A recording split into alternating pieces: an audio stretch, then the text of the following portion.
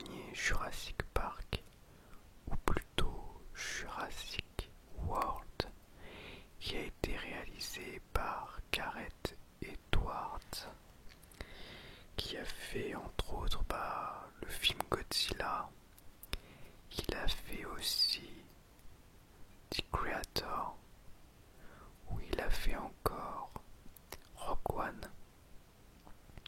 Et du coup, qu'est-ce que j'en ai pensé de ce Jurassic World? Eh bien en fait, j'ai un avis mitigé.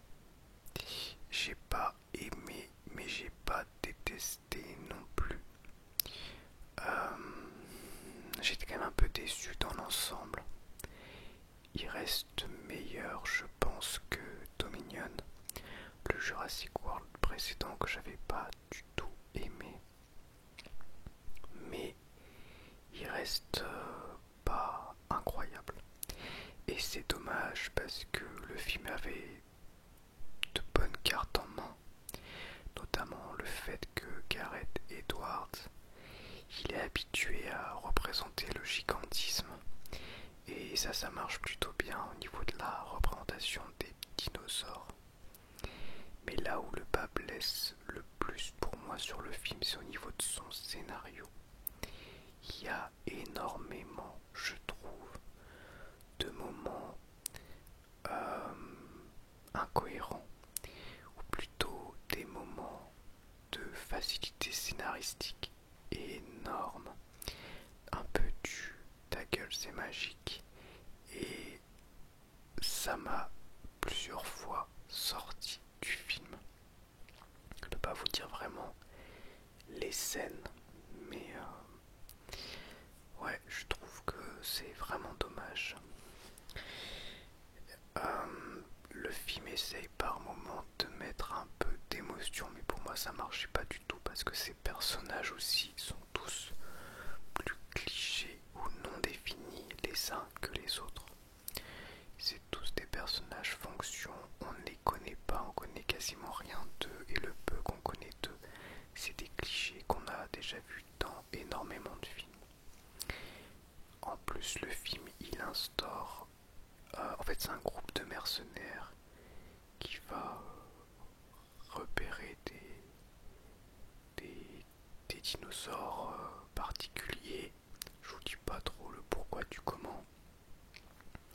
Par rapport à Dominion, les dinosaures ont disparu de la Terre, sauf dans une partie de la Terre qui est vers l'équateur.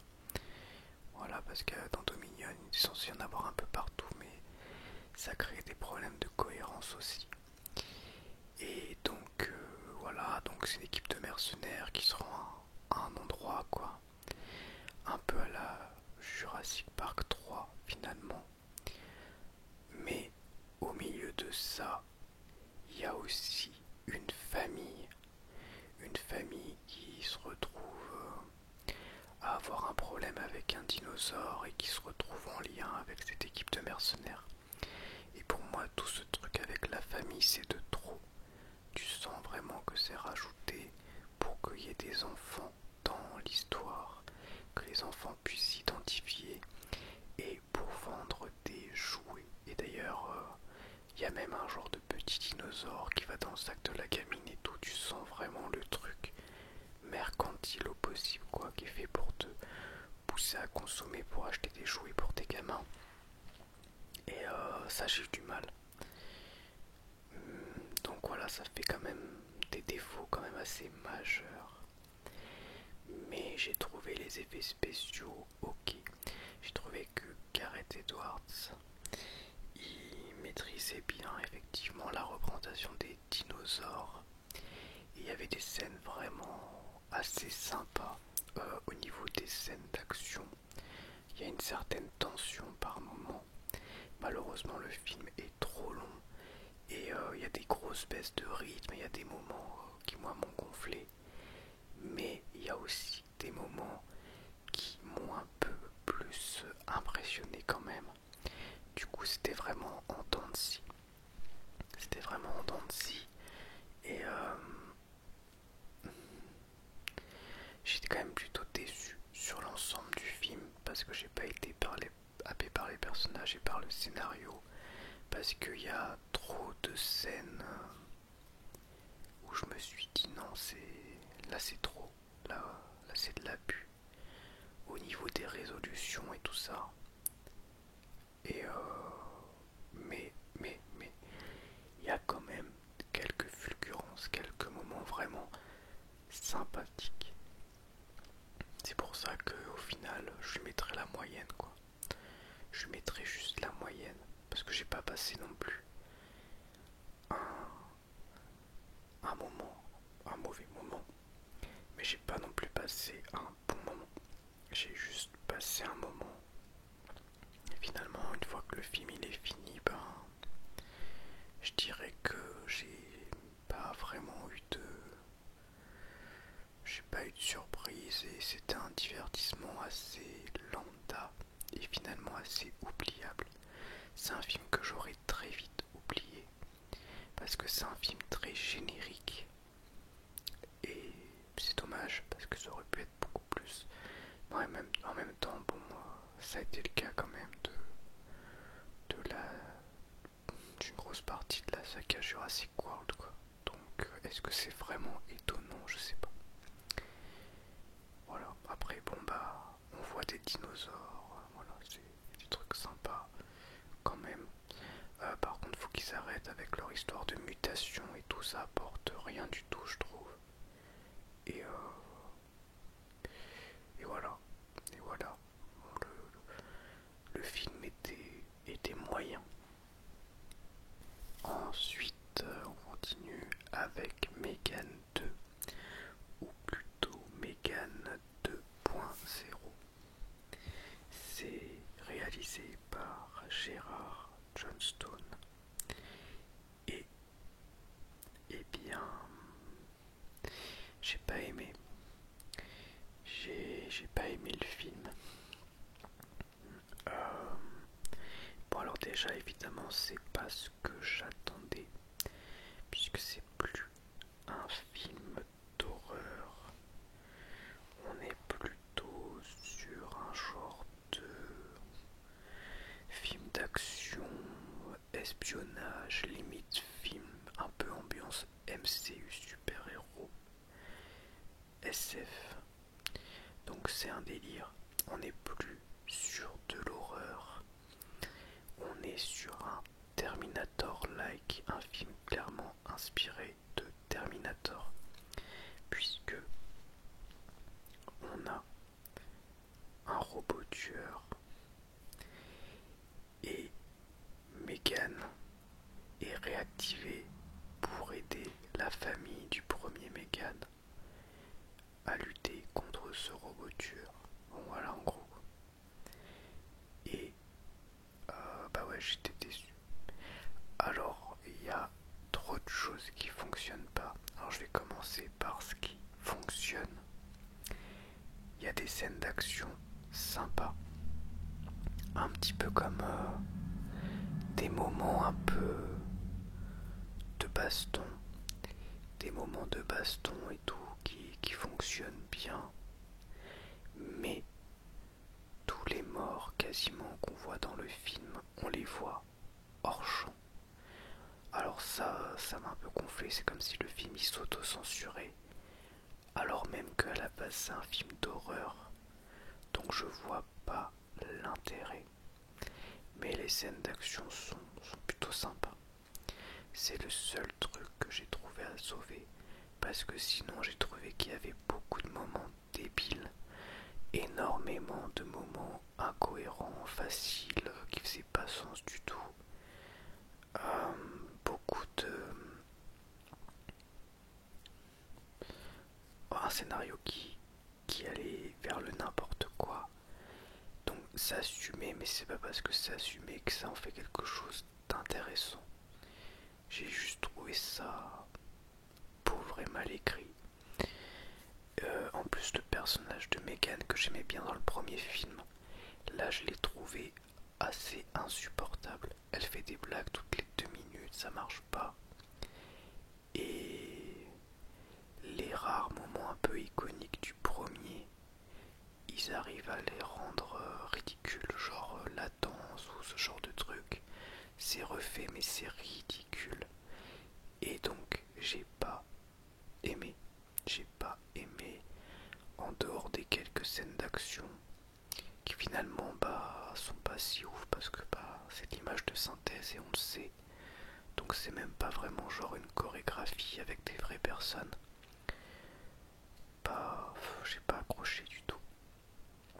Vraiment très déçu de ce Megan 2. Je pense que c'est ma plus grosse déception sur les 5 films. Voilà. Euh, donc moi après, est-ce que j'ai été influencé aussi par le moment parce que j'avais paumé ma carte bancaire. J'ai pris un... Ouais, je vous raconte ma vie, mais j'ai pris un Coca Zéro au distributeur. Et du coup, je suis allé dans la salle et entre le distributeur et la salle, c'est-à-dire genre à 10 mètres, j'ai dû faire tomber ma carte. Alors ils l'ont retrouvée au cinéma, mais entre temps je suis sorti de la salle pour demander et tout.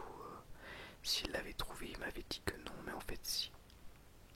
Mais bon, quand je suis sorti 2 minutes pour aller demander pour la carte, j'étais déjà en train de pas aimer le film, donc je suis pas sûr que ça ait une influence sur moi, parce que clairement, j'ai pas aimé quoi. Mais bon, j'étais quand même énervé pour ma carte, donc est-ce que ça a joué sur ma perception du film? Peut-être, mais je crois que c'était juste pas terrible. Voilà, peut-être je donnerai une seconde chance, mais honnêtement, quand j'y pense à ce film, il m'énerve. Je lui ai mis un 2 sur 5, mais je crois que je pourrais baisser la note même. Le troisième film dont je vais vous parler, c'est le dernier Dupieux. C'est l'accident de piano. Et là aussi, j'ai été déçu. Décidément. Après de Dupieux, j'en ai pas vu beaucoup. Mais j'avais bien aimé Yannick. J'avais bien aimé Yannick, vraiment, qui est un de mes films préférés l'année où il est sorti. Mais là, l'accident de piano, j'ai pas été convaincu du tout. Alors je vais quand même vous dire le synopsis. Donc on suit le personnage de Magali qui joue une youtubeuse, Magaloche, qui a commencé au début de YouTube avec des vidéos un peu type Jackass, puisqu'en fait elle ne ressent pas la douleur et donc elle se filme à faire des trucs de fou, du genre, je dis n'importe quoi, hein, mais se balancer un congélateur sur la gueule, quoi, vous voyez. Et elle fait des vues comme ça. Et donc on la suit, elle, et son manager qui se retire dans un chalet à la montagne suite à un accident de piano. Voilà, on ne sait pas exactement ce qui s'est passé, quoi, comment, pourquoi. Et il y a une journaliste qui veut l'interviewer. Voilà. Et donc, moi j'ai pas accroché. En fait, j'ai trouvé l'idée sympa, mais j'ai trouvé l'exécution assez peu intéressante. J'ai trouvé le film trop long pour ce qu'il nous montre, que ça traîne. J'ai pas été du tout attaché au personnage, enfin un petit peu au personnage joué par Jérôme Commandeur, mais pas du tout par Magaloche, qui est joué par Adèle Exarchopoulos. Ouais. Exarchopoulos, non, je sais plus. Je crois que c'est ça. Je vais vous le dire comme il faut quand même. Ouais, ouais, ouais.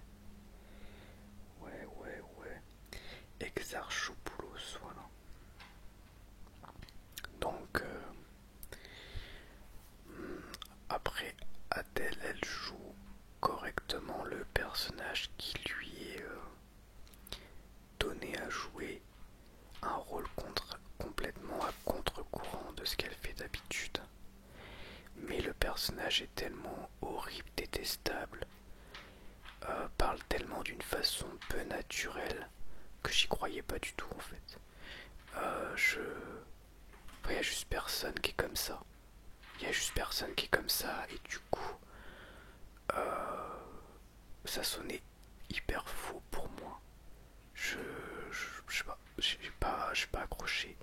J'ai trouvé en plus qu'il y avait des problèmes de rythme, que le film il aurait pu être plié avec une demi-heure de moins et que le film il durait, il nous montrait des trucs inutiles pour l'intrigue finalement, pour faire durer le film.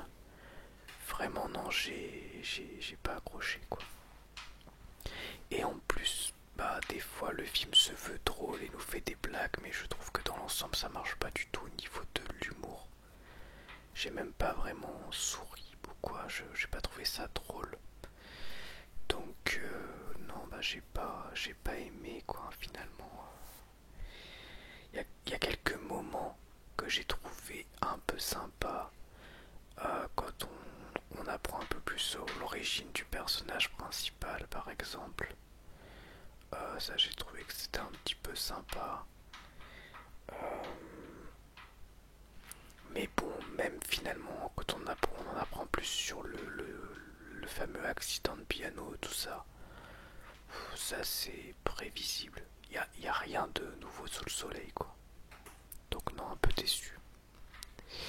Et si vous entendez un truc en fond, c'est mon chat qui mange ses croquettes, donc j'espère que ça vous dérangera pas, parce que je vais pas lui dire d'arrêter de manger. Voilà. Le quatrième film dont je vais vous parler, c'est 13 jours, pardon, 13 nuits. 13 jours, 13 nuits, qui est un peu le dernier blockbuster français de l'été, réalisé par Martin Bourboulon, qui a fait Eiffel, que je n'ai pas vu, et qui avait fait les deux films Trois Mousquetaires que j'avais vus. J'avais plutôt trouvé le premier, la première partie sympa, mais j'avais été déçu par la seconde partie. Et il y avait quand même des défauts de réal, notamment au niveau de la photographie et tout. J'avais trouvé qu'il y avait quand même des défauts. Mais ce 13 jours, 13 nuits, j'ai bien aimé. J'ai vraiment bien aimé. Ça parle de l'Afghanistan, la prise de pouvoir des talibans et la France qui essaye de repartir avec des Afghans qui sont rentrés dans leur ambassade, dans l'ambassade française.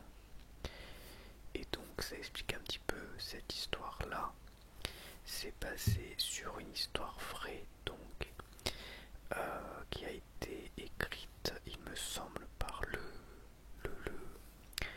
commandant Mohamed Bida, qui est ici dans ses mémoires, je crois, et qui est ici interprété par Roche Dissem, un acteur que j'aime bien. Enfin, je le connais pas très bien, mais je l'avais bien aimé dans Elias, et je crois que je l'ai vu dans d'autres films, mais je crois que c'est...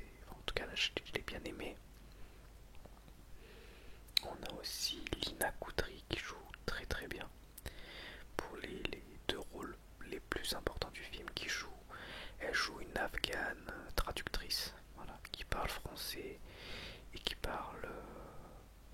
alors je sais pas si c'est Dari ou Pashto, mais en tout cas une des langues principales de l'Afghanistan. Donc j'ai bien aimé le film, que j'ai trouvé assez impressionnant, bien rythmé. Il n'y a pas de fulgurance dans la réalisation. Et il y a un petit moment de creux sur la dernière partie. Mais dans l'ensemble, j'ai trouvé que c'était vraiment bon. Ce qui rend le tout encore plus impressionnant, c'est qu'il y a beaucoup de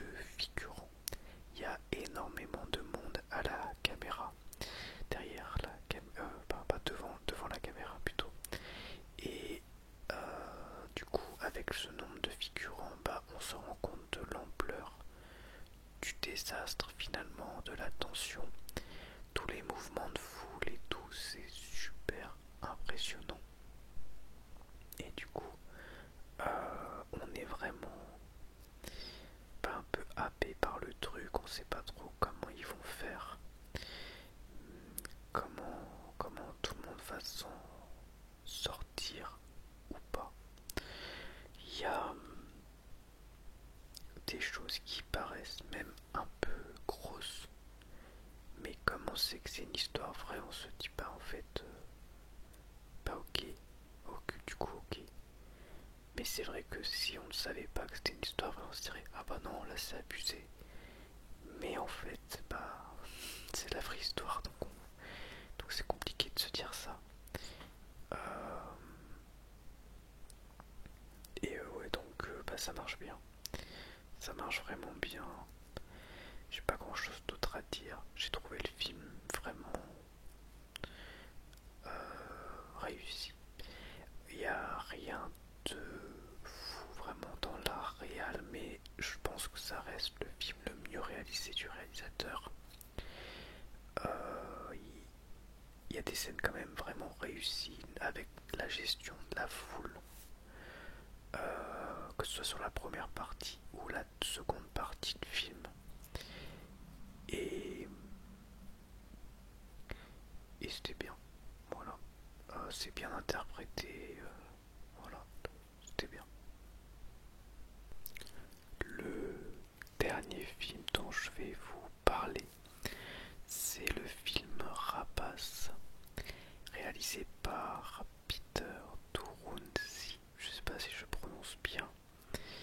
J'ai beaucoup aimé, c'est un thriller français. On suit une équipe de journalistes et plus particulièrement un journaliste qui s'appelle Samuel, qui est joué par Sami Bouajila, acteur que je connais pas très bien mais que j'ai trouvé excellent ici. Il est avec sa fille qui est stagiaire dans sa boîte avec lui, qui est joué par Mallory Vanek. On retrouve aussi Jean-Pierre Daroussin, excellent, Valérie Donzelli, Stéphane Crépon, etc. Et donc, il y a une enquête qui est menée sur une jeune fille qui est morte dans des conditions assez horribles. Je ne vais pas en parler plus là. Et donc ils essayent de savoir un peu ce qui s'est passé parce qu'ils travaillent pour le journal Détective. Et j'ai trouvé le film très bon. Au niveau de la réalisation, c'est assez classique, même s'il y a quelques plans assez beaux. Mais j'ai surtout trouvé le film très très bon au niveau de ses personnages et surtout au niveau de ses dialogues. J'ai trouvé les dialogues très bons. Il y a aussi des scènes de tension très réussies. Notamment une scène que j'ai trouvée particulièrement prenante dans un restaurant. Voilà, je vous dis pas ce qui se passe, oui, quoi, comment, mais si vous avez vu le film, vous savez de quoi je vous parle. Et j'ai été happé par le film du début à la fin. Le seul regret que j'ai, c'est que j'ai trouvé que la finalité du film était un petit peu facile. La résolution du film et la finalité, voilà, c'est un petit peu facile. J'aurais aimé que la fin prenne plus son temps, parce que tout le reste du film prend son temps et du coup c'est très bien écrit et ça marche bien. Les personnages sont bien définis, ils sont attachants, on comprend leur motivation, on comprend leur fonctionnement, on comprend leurs pensées, mais bon, c'est vrai que du coup la fin c'est un peu rapide à mon goût. Mais sinon vraiment j'ai passé un très bon moment, c'est un bon thriller français, vraiment très très agréable à suivre. Donc je peux que vous le conseiller. conseiller. C'est donc Rapace. Voilà, c'était vraiment sympa, c'était vraiment bien. Donc finalement sur les 5 films, j'ai 3 déceptions. Une très grosse déception avec Megan 2, une autre déception avec l'accident de piano, mais j'en attendais pas autant que pour Megan 2. Une moyenne déception, plutôt un film moyen avec le Jurassic World, un film que j'ai bien aimé avec 13 jours 13 nuits, et un film que j'ai beaucoup aimé avec Rapace. Voilà pour mon avis sur les 5 derniers films que j'ai vus au cinéma. J'espère en tout cas que cette vidéo vous aura plu et je vous dis à bientôt pour une nouvelle vidéo ASMR. Au revoir, merci à tous.